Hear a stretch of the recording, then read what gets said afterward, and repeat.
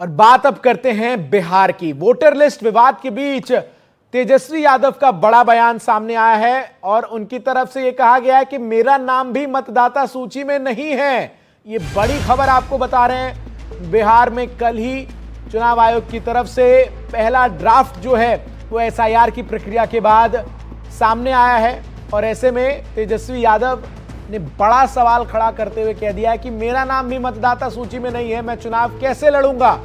तो इस पूरी प्रक्रिया को लेकर लगातार जिस तरीके से तेजस्वी यादव मुखर रहे हैं विरोध में, और उसके बाद जब इसका पहला ड्राफ्ट सामने आया जिसमें तकरीबन 60 लाख के करीब लोग जो हैं उनका नाम जब कटा है, तो ऐसे में तेजस्वी कह रहे हैं कि उनका नाम भी नहीं है लिस्ट में, ऐसे में वो चुनाव कैसे लड़ेंगे। कहा क्या है तेजस्वी यादव ने, जरा सुनते हैं।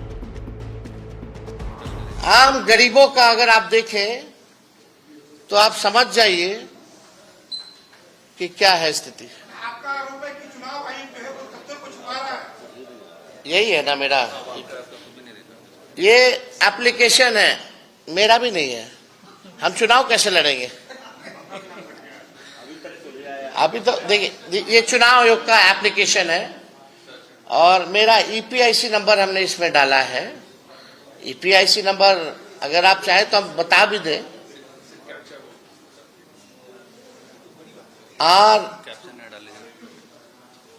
RAB 2916-120 इसमें कैप्चा आता है। हाँ, अच्छा आ रहा है। अब हम डालते हैं। What does it mean?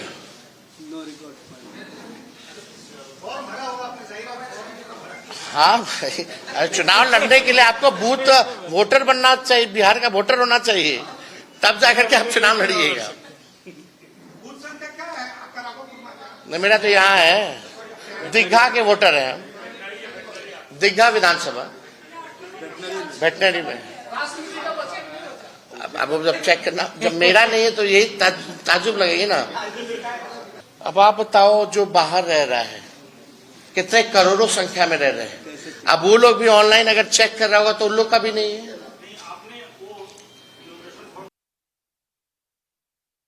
तरफ से सवाल जो है वो चुनाव आयोग से पूछा गया है कि भाई मैं कैसे चुनाव लड़ूंगा, मेरा नाम भी नहीं है सूची में। इस पूरी प्रक्रिया के शुरुआत से ही जो तेजस्वी यादव हैं वो लगातार चुनाव आयोग पर हमलावर है और चुनाव आयोग को लेकर लगातार वो केंद्र सरकार से सवाल जवाब जो है वो करते हुए नजर आते हैं। इस मोबाइल दिखाकर तेजस्वी यादव ने जो है वो आरोप लगाए हैं, कहा है कि भाई वोटर लिस्ट विवाद के बीच बड़ा बयान उन्होंने दिया, कहा कि मेरा नाम ही लिस्ट में नहीं है, मेरा नाम भी मतदाता सूची में नहीं है।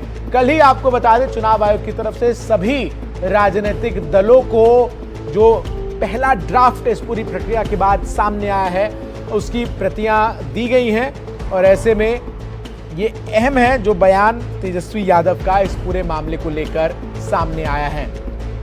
आपको बता दें कि किस तरीके से आप तमाम लोग जो हैं वो नाम चेक कर सकते हैं वोटर लिस्ट में, ये भी आपको हम बताते हैं। आप इलेक्शन कमीशन की वेबसाइट पर जाकर उस पर अपना नाम जो है वो चेक कर सकते हैं। वेबसाइट पर लिस्ट अपलोड की गई है।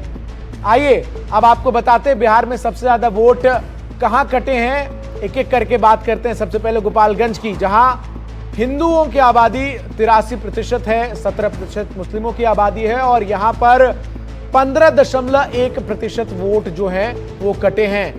इसके अलावा पूर्णिया की बात करें, 61% आबादी हिंदुओं की है, 38% मुस्लिमों की है और 12.1% वोट जो है वो पूर्णिया में कटे हैं। पूर्णिया से आगे बढ़ते हैं, किशनगंज की जरा आप बात कर लेते हैं। सीमांचल का इलाका किशनगंज में 31% हिंदू आबादी है और मुस्लिम आबादी 68% है और 11.8% वोट जो है वो किशनगंज में कटे हैं। मधुबनी की बात की जाए, 18% मुस्लिम आबादी वाला ये इलाका, जहां 81% आबादी हिंदुओं की है, वहां 10.4% वोट जो हैं वो कटे हैं। मधुबनी से आगे बढ़ते हुए भागलपुर के आंकड़े जो हैं आपके सामने जरा मैं रखता हूं, जहां 82% हिंदू आबादी है और 18% मुस्लिम आबादी है। यहां 10.2% वोट जो है वो कटे हैं अब तक ये आंकड़ा जो है वो सामने आया है। भागलपुर से आगे बढ़िए और सहरसा की बात कीजिए। सहरसा के आंकड़े जो है वो ये इशारा कर रहे हैं कि कुल 9.5% वोट जो है वो कटे हैं और 14% मुस्लिम जनसंख्या है यहाँ पर और 86% हिंदू आबादी है। सीतामढ़ी की बात करी जाए तो वहां पर कुल 9.3% वोट कटे हैं, जिनमें आपको बता दें कि 22% मुस्लिम आबादी है और 78% हिंदू आबादी है। समस्तीपुर की बात की जाए कुल 9% वोट समस्तीपुर में कटे हैं, 89% हिंदू आबादी है यहाँ पर और 11% मुस्लिम आबादी है। इसके अलावा बात की जाए अगले जिले की, सारण की, सारण में 8.7% जो है वो वोट कटे हैं। 89% हिंदू पॉपुलेशन और 10% मुस्लिम पॉपुलेशन। शिवहर की बात की जाए 84% हिंदू आबादी, 15% मुस्लिम आबादी और 8.7% वोट जो है वो इस पहले ड्राफ्ट से कटे हैं, ये सामने आ रहे हैं। शिवहर की बात की जाए 84% की हमने आपको आंकड़ा जो है वो दिया। अब पूरे बिहार की अगर बात की जाए तो 8.3% वोट जो है वो कमोबेश इस पूरी प्रक्रिया के बाद कटते हुए नजर आ रहे हैं। जनसंख्या के लिहाज से 17% मुस्लिम आबादी आंकड़ों में निकलकर सामने आई है और 83% हिंदू आबादी जो है वो निकलकर सामने आई है। प्रभाकर हमारे सहयोगी अधिक जानकारी साझा करने के लिए जुड़ गए। प्रभाकर, तेजस्वी यादव की तरफ से प्रेस कॉन्फ्रेंस करके इस पूरी प्रक्रिया पर तो लगातार सवाल उठाए गए, लेकिन अब तो उन्होंने बड़ा दावा किया है, कहा कि मेरा ही नाम नहीं है, मैं चुनाव कैसे लड़ूंगा। जी बिल्कुल, तेजस्वी यादव ने उसको प्रेस के सामने अभी जो पूरी जानकारी दी उसको उन्होंने करके दिखाया। उन्होंने लॉगिन करके अपने आईडी को डाल के उस पर लॉगिन करके कोशिश की ये दिखाने की कि देखिए उनका खुद का नाम जो है उसमें नहीं है और ये जाहिर सी बात है, अगर आपका चुनाव के वोटर लिस्ट में नाम ना हो तो आप उसमें फिर चुनाव नहीं लड़ सकते हैं।